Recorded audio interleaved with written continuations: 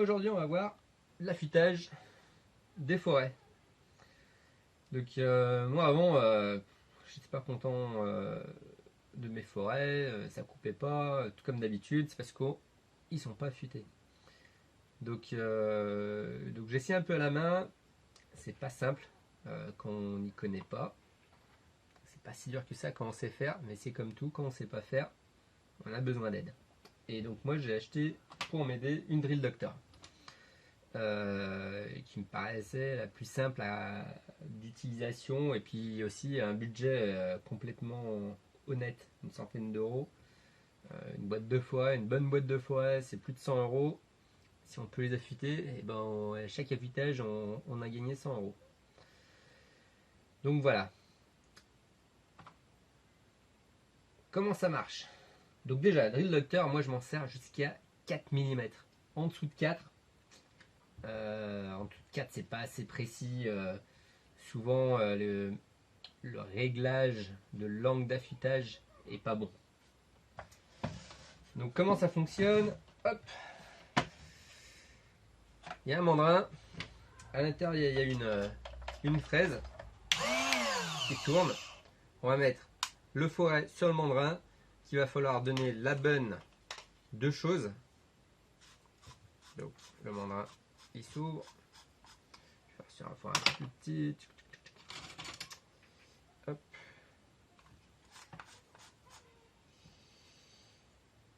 Celui-là il est pas mauvais. Hein. Peut-être d'autres qui sont plus abîmés que ça. Celui-là est bien fatigué.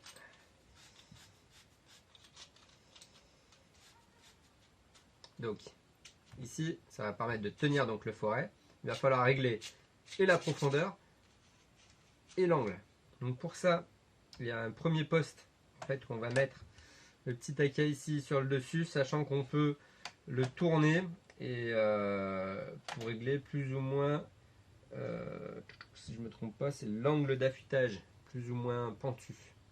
Donc si vous, mais standard c'est au milieu. Moi je fais du standard. Hop, je vais essayer de vous zoomer un petit peu ici. Hop. Donc ici sur le dessus,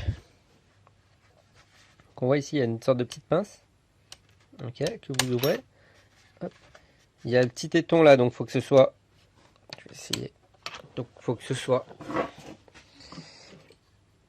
Hop, comment qu'on revient. Hop, voilà. Donc il faut que les petites lamelles là, qu'on voit qui s'ouvrent. D'accord, quand on appuie ici, ça ouvre les petites lamelles. Ça permet de régler l'angle.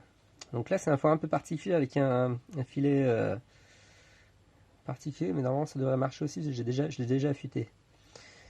Il faut que ça touche le petit bout. Une fois que c'est bon, donc il était déjà quasiment serré, hein, il était juste avec un peu de jeu. Hop, on serre et on l'enlève. Hop, je vais vous reprendre. Hop, comme ça. Donc voilà, comme ça là il est réglé et en profondeur. Parce que comme ça va usiner que peut-être un dixième peut-être. Et l'angle aussi, hein, parce que si je le tourne, bah, il ne va pas usiner du bon côté. Ensuite, ce mandrin là, vous voyez la particularité là, il est ovale. Enfin, il a une forme un peu ovale. Et ce ovale, je vous reprends finalement. Hop, il va venir en buter sur le petit bitonio là. Hop, donc sur le bitonio. Et quand on va tourner, hop, vous voyez, le mandrin tourne et remonte. Hop, et là il redescend, donc il bascule comme ça au fur et à mesure qu'on tourne. Et donc au bout, au fond, il y a la meule qu'on voit. Hop, il y a la meule, une petite meule diamant au fond qui va permettre d'usiner tout ça. Donc hop, donc moi je le mets toujours sur la partie haute quand je commence. C'est comme ça, elle ne touche pas à la meule en vrai, en fait. Et on met en route.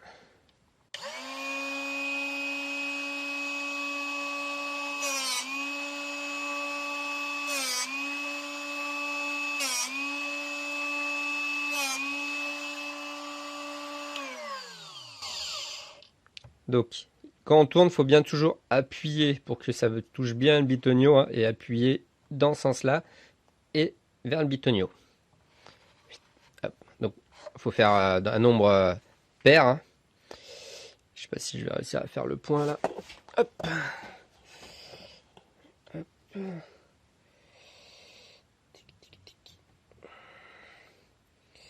Donc qu'est-ce qu'il faut pour affûter correctement?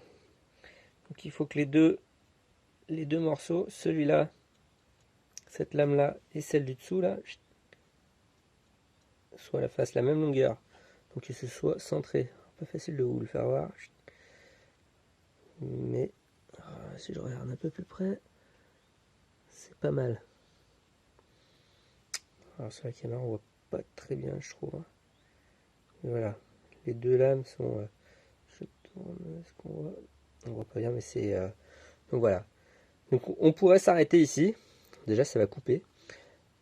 Pour les... alors à partir de ce diamètre là, je sais pas combien c'est, mais ça va être du 7 ou 8.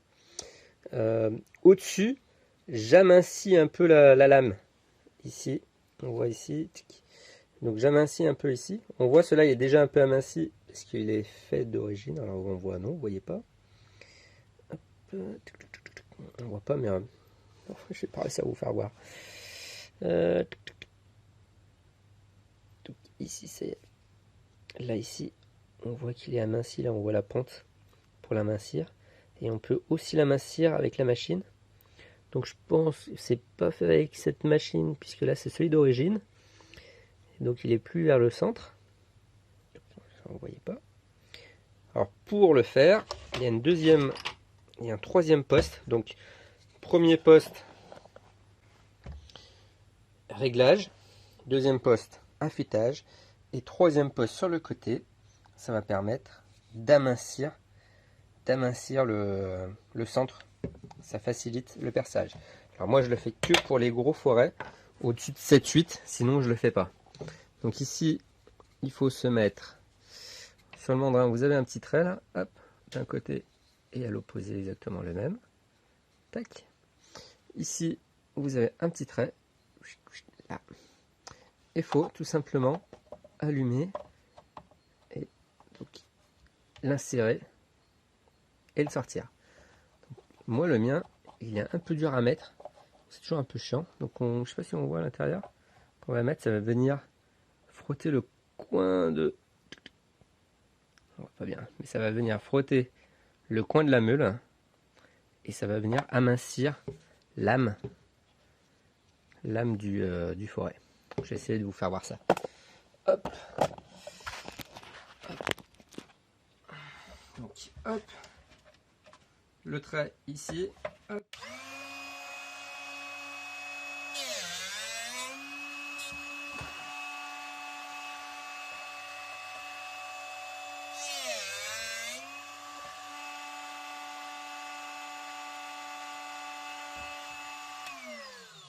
Alors, il est où?